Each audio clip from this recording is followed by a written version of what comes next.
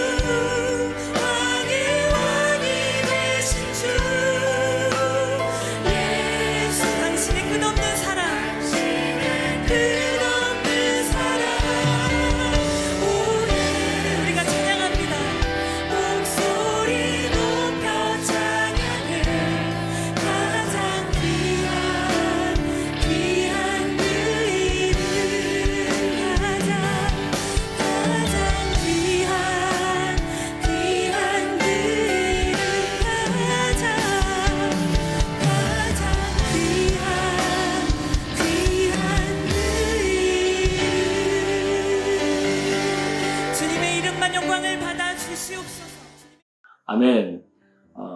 이제 찬양 후에 기도하도록 하겠습니다. 하나님 아버지, 감사합니다. 하나님께서 모세를 택하셔서 이스라엘 백성들을 출애굽시키시고 또 이제 가나안 땅을 바로 눈앞에 두고 그의 마지막 설교하는 그 말씀 앞에 저희들이 섰습니다. 생애 마지막 설교를 하는 그 모세의 심정을 이해하고 또 앞으로 이스라엘 백성들이 잘 되기를 기대하고 소망하는 그런 모세의 마음을 헤아리면서 오늘 말씀을 생각해 보기를 원합니다. 모세의 그 당부가 곧 우리를 향한 당부라고 하는 그런 생각을 갖고 오늘 말씀에 귀를 기울이기를 원합니다. 성령께서 역사하여 주시옵소서. 예수님의 이름으로 기도드리옵나이다. 아멘. 네, 모세가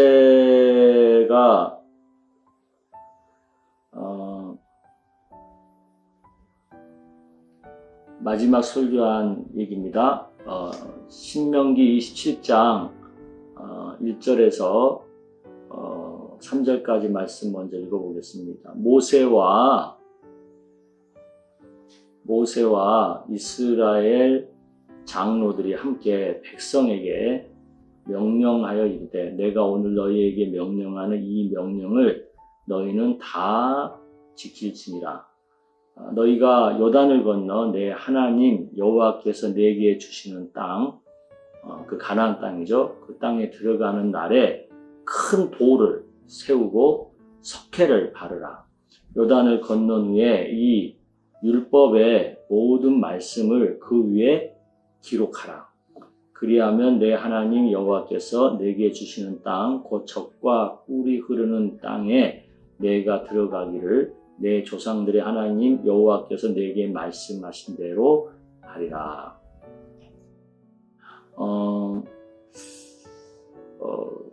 모세는 마지막 설교에서 첫 번째 얘기하는 당부가 뭐냐면 돌비와 단을 세우라라는 얘기를 합니다. 이 돌비, 단. 이 돌비는 뭐예요? 말씀을 새겨서 그 말씀대로 살라는 강조죠. 너희는 요단을 건너 내 하나님 여호와께서 내게 주시는 땅에 들어가는 날에 큰 돌을 세우고 석회를 바르고 거기다가 율법의 모든 말씀을 기록하라는 거죠. 이것은 무슨 얘기냐면 말씀 중심을 얘기하는 거예요. 말씀 중심. 말씀 중심. 앞으로 이제 가나안 땅에 들어가게 되면 말씀 중심으로, 제일 먼저 말씀 중심으로 살아야 된다라는 것을 강조하는 거죠. 그리고 이어서 또 이제 얘기하고 있는 게 뭐냐면 단을 세우라고 해요. 단. 이 단은 뭐예요? 하나님께 제사드릴, 예배드릴 제단을 쌓고 제사, 즉 예배를 드리라고 하는 뜻이죠. 5절에 보면 거기서 내 하나님 여호와를 위하여 제단 곧 돌단을 쌓되 쇠 연장을 대지 말지니라. 너는 다듬지 않은 돌로 내 하나님 여호와의 제단을 쌓고 그 위에 내 하나님 여호와께 번제를 드릴 것이며 화목제를 드리고 거기서 먹으며 내 하나님 여호와 앞에서 즐거워하라. 이것은 이제 예배 중심을 얘기하는 거죠. 예배 중심. 그러니까 말씀 중심, 예배 중심으로 살아야 된다는 것을 얘기해요. 근데 특히 여기서 중요한 것은 다듬지 않은 돌이라고 하는 의미예요. 이게 뭐예요? 어떤 형상도 만들지 말라는 거죠. 그냥 자연석 그대로. 그러니까 왜 그러냐면 하나님은 우상을 제일 싫어하시잖아요. 그러니까 하나님은 형상이 없으신 분이니까 어떤 형상도 표현하는 것을 금하시는 거예요. 그래서 다듬지 않은 돌, 철저히 하나님 한 분만을 생각하는 제사, 예배를 강조하는 거죠. 그래서 가나안 땅에 들어가서 이스라엘 백성들이 가장 최우선순위로 생각해야 되는 것이 두 가지라는 거예요. 말씀 중심, 예배 중심. 이것은 오늘날도 우리에게 동일한 거죠. 우리 교회가 그 삼색신앙을 얘기하잖아요. 예배신앙, 말씀신앙, 기도신앙. 그게 바로 이 정신이거든요.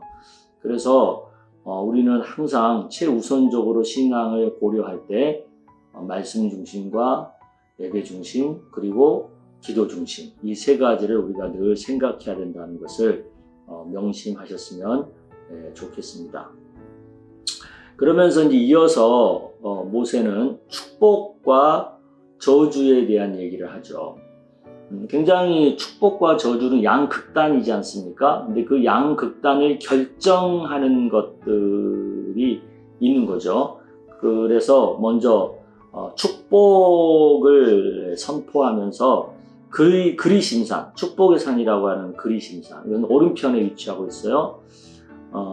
여호와의 주의 오른손이 권능으로 영광을 나타내시나이다. 여호와의 주 오른손이 원수를 부수십니다. 그러니까 하나님의 오른편은 이런 어떤 권능, 영광, 승리 이런 것들을 의미해요. 그래서 그의 신산이 오른편에 위치하고 있고 또 실질적으로 보면 그의 신산은 굉장히 아름다워 보여요. 아름다움. 그러니까 축복은 아름다운 모습으로 나타나는 거죠. 근데 반면에 이제 저주의 산인 에발산이 나오죠. 이것은 왼편에 위치해요. 왼편. 지혜자의 마음은 오른쪽에 있고 우매자의 마음은 왼쪽에 있다. 그러니까 왼편은 어리석음 같은 것들을 의미해요. 실질적으로 또 에발산을 보면은 굉장히 황폐해요. 참 보이는 게 황폐. 그러니까 저주는 결코 아름답지 못하죠.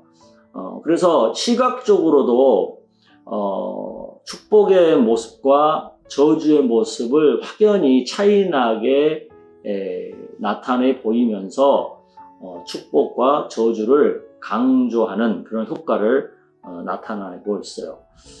이 축복을 받고 저주를 받는 어떤 그것을 결정하는 조건을 명쾌하게 모세가 밝히고 있죠. 첫째, 말씀에 대한 순종이에요. 말씀에 대해서 순종을 하면 축복을 받고 불순종하면 저주를 받는다. 또 두 번째는 자로나 우로나 치우치지 않고 우상을 섬기지 않으면 축복 아니면 저주를 받는다. 이 치우치지 않은 게 굉장히 중요하게 생각해야 돼요. 치우치지 않는 것. 우상을 섬기지 않는 것과 거의 같이 치우치지 않는 것도 중요합니다. 근데 요새 사람들은 너무 치우쳐요. 요새 흔히들 쓰는 말 중에 확증편향이라는 게 있잖아요. 확증편향. 이게 뭐예요? 자기가 듣고 싶은 것만 듣고 믿고 싶은 것만 믿으려고 하는 치우친 성향을 말하거든요. 근데 이 확증편향에 빠지는 것은 하나님이 굉장히 경계하는 거예요. 그래서 요즘 뭐 좌파, 우파, 뭐 진보, 보수 이런 게 있는데 너무 한쪽으로 치우치는 것은 성경적이지 않습니다. 그러니까 우리는 너무 좌로나 우로나 치우치지 않아야 되는 거예요. 치우치게 되면 축복을 못 받아요. 그걸 기억해야 되고 그 다음에 하나님을 섬기되 기쁨과 즐거움으로 섬기면 축복을 받고 그렇지 않으면 저주를 받는다.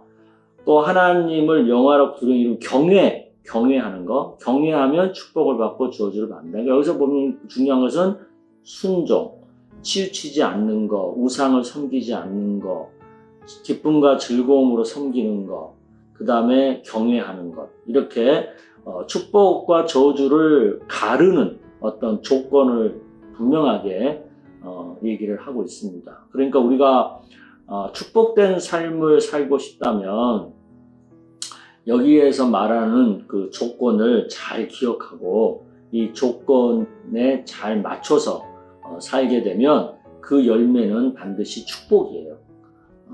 그래서 축복의 내용 13가지가 나옵니다. 이걸 제가 일일이 기록하진 않았어요. 그 신명기 28장 1절 14절에 보면 이 축복의 내용이 13가지가 열거돼요. 이것은 뭐냐면 이 위에 말한 그 4가지의 조건대로 살면 이런 축복이 열매로 온다는 거죠. 반대로 앞에서 말한 4가지 조건대로 살지 않으면 저주의 열매를 맺을 수밖에 없는데 35가지나 돼요. 그러니까 축복보다는 저주의 내용이 훨씬 더 많죠. 이것은 무슨 얘기냐면 뭐 하나님 이걸 조건을 지키지 않는다 해서 일부러 막 저주를 내린다는 뜻이라기보다는 이 조건대로 살지 않게 되면 그에 대한 마땅한 결과로서 이런 저주의 내용을 겪을 수밖에 없게 된다는 거예요. 그러니까 이 축복의 내용 13가지나 저주의 내용 35가지는요, 우리가 어떻게 살았느냐,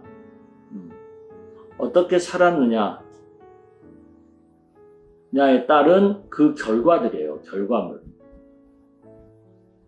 열매. 그러니까 우리가 하나님께서 말씀하신 조건대로 잘 순종하면 축복의 열매를 맺는 거고, 그 조건에서 벗어나게 되면 저주의 내용을 맞이할 수밖에 없다라는 것을 우리가 기억해야 합니다.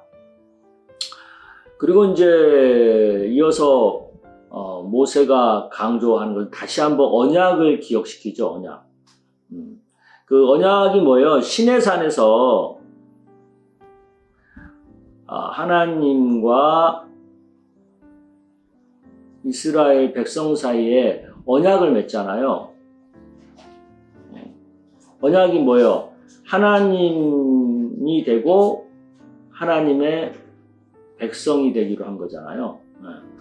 그 언약을 만드는데, 이 언약이란 건 뭐냐면 2명이나 그 이상의 사람들이 어떠한 행위를 할 행위와 하지 말아야 할 행위에 대해서 상호 동의하는 것을 언약이라고 하거든요.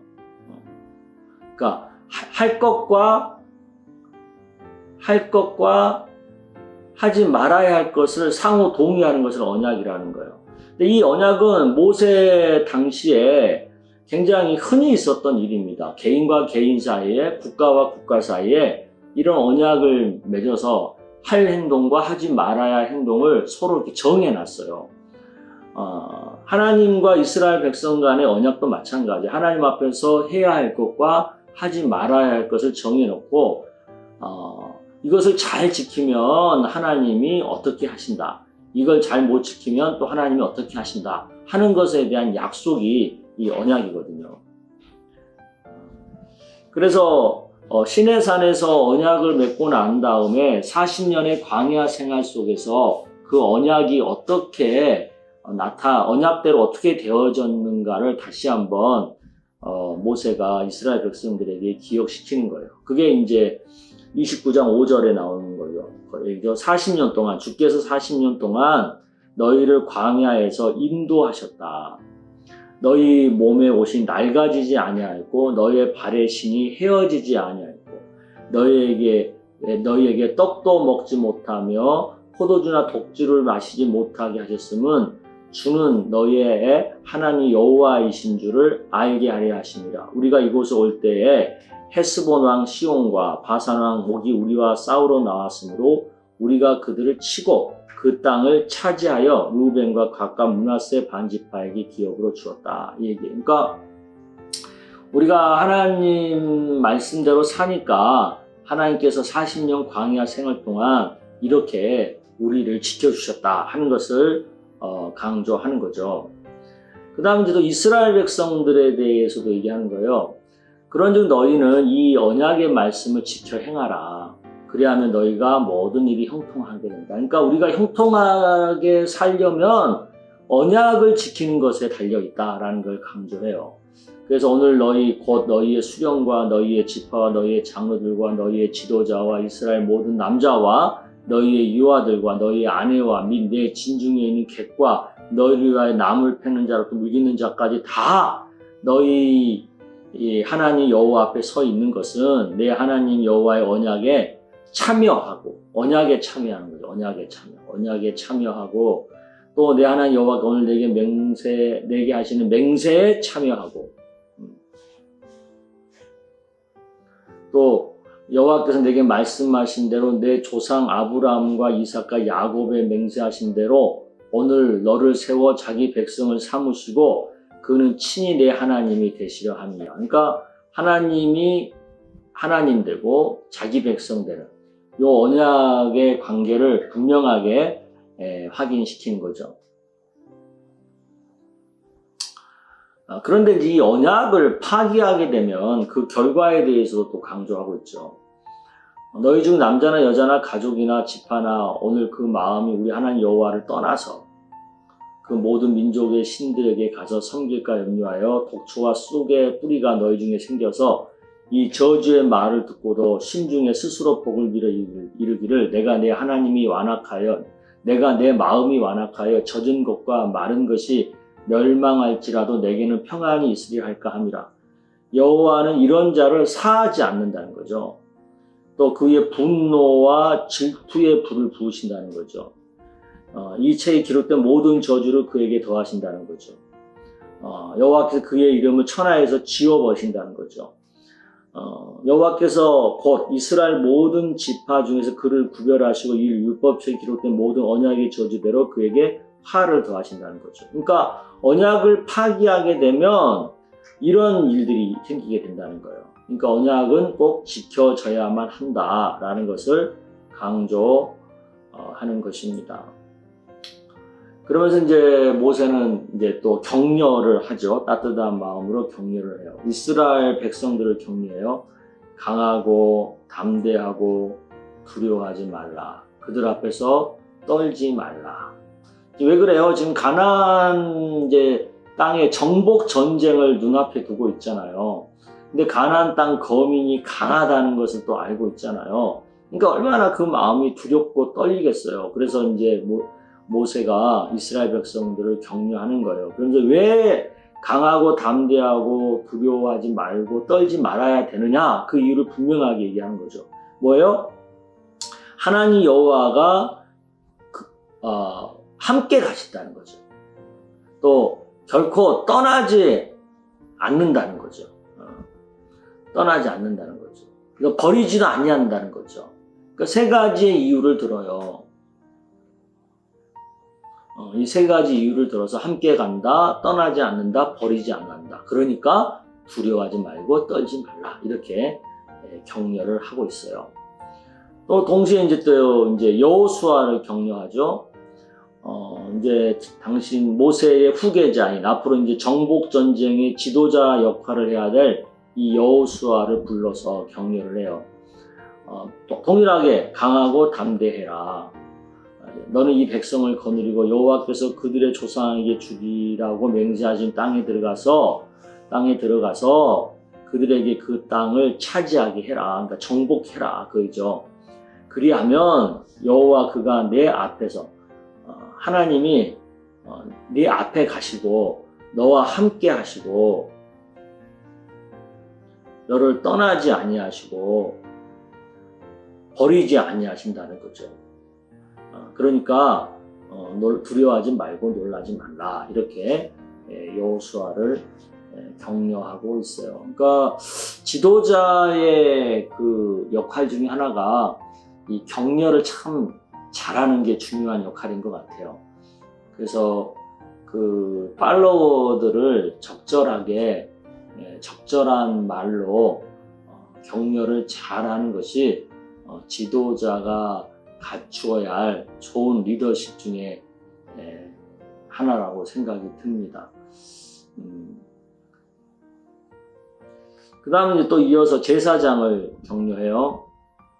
모세가 이 율법을 써서 여호와의 언약궤를 매는 레위 자손 제사장들과 이스라엘 모든 장로에게 주면서 그들에게 격려를 하죠. 매 7년 끝에 곧 면제년의 초막절, 그러니까 초막절 7년째 되는 초막절에 온 이스라엘이 내 하나님 여호와 그가 택하신 곳에 모일 때, 그러니까 성전에 모일 때 이 율법을 낭독하여 온 이스라엘이 듣게 해라. 그거죠. 그러니까 제사장과 레위 자손들에게 강조할 때 너희들은 이스라엘 백성들이 율법을 잊지 않도록, 잃어버리지 않도록 7년마다 한 번씩 꼭 율법을 낭독해줘라 라는 말로 제사장의 역할, 제사장의 사명에 대해서 격려하고 있어요. 모세는 거기에 그치지 않고 격려하는 것에 그치지 않고 노래를 지어서 노래를 가리키죠. 왜 그래요? 이스라엘 백성들의 타락을 방지하고 그들이 잘못했을 때 그 심판은 자신들의 죄 때문임을 깨달아서 회개하고 다시 돌아오게 하려는 목적으로 노래를 지어서 가르치는 거죠. 원래 이 노래라고 하는 것은 잘 기억하게 하는 거잖아요. 잘 기억. 그러니까 잊지 않고 잘 기억하게 하기 위해서 모세는 노래를 지어서 또 이스라엘 백성들에게 그들이 하나님 말씀 또 예배 중심으로 살 것을 다시 한번 강조하는 겁니다. 여기서 모세의 그 간절한 마음이 느껴지지 않습니까? 이스라엘 백성들이 가나안 땅에 들어가서 잘 살기를 원하는, 그리고 잘 사는 지름길은 말씀 중심, 예배 중심으로 살아서 축복받는 것에 있다는 것을 강조하고 있는 거죠. 여기서 우리가 받을 교훈은 저는 두 가지로 정리를 해봤어요. 하나는 말씀에 순종하는 것이 복이다는 거죠. 그러니까 우리가 잘 되기를 원하면, 잘 살기를 원하면, 축복받는 삶이 되기를 원하면 말씀에 순종하는 것이 지름길이라는 거예요. 그 말씀을 잘 순종하는 것. 일단 두 번째가 또 뭐냐면 잊지 않고 기억하는 것이 복이라는 거죠. 그러니까 우리가 이 망각의 동물이잖아요. 우리 인간이 망각의 동물이잖아요.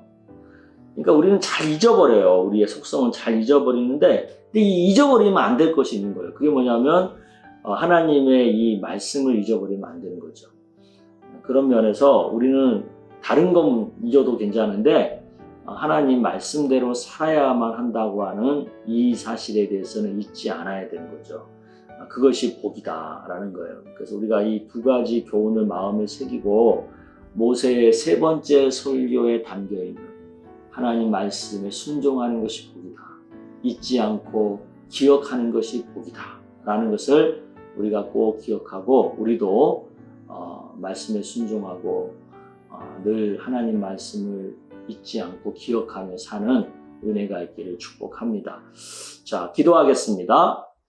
하나님 아버지, 모세가 죽음을 바로 눈앞에 두고 그가 40년 동안 지도했던 이스라엘 백성들을 향하여 간절하게 당부하고 또 당부하는 것, 말씀에 순종하는 것이 복이다. 하나님의 은혜와 하나님의 말씀을 잊지 않고 기억하며 사는 것이 복이다 라는 것을 강조하고 있는 것을 보게 됩니다. 하나님, 우리도 그 모세의 간절한 그 당부에 귀를 기울이고 말씀에 순종하면서 하나님의 은혜를 늘 기억하면서 살기를 원합니다. 이 은혜를 도하여 주시옵소서.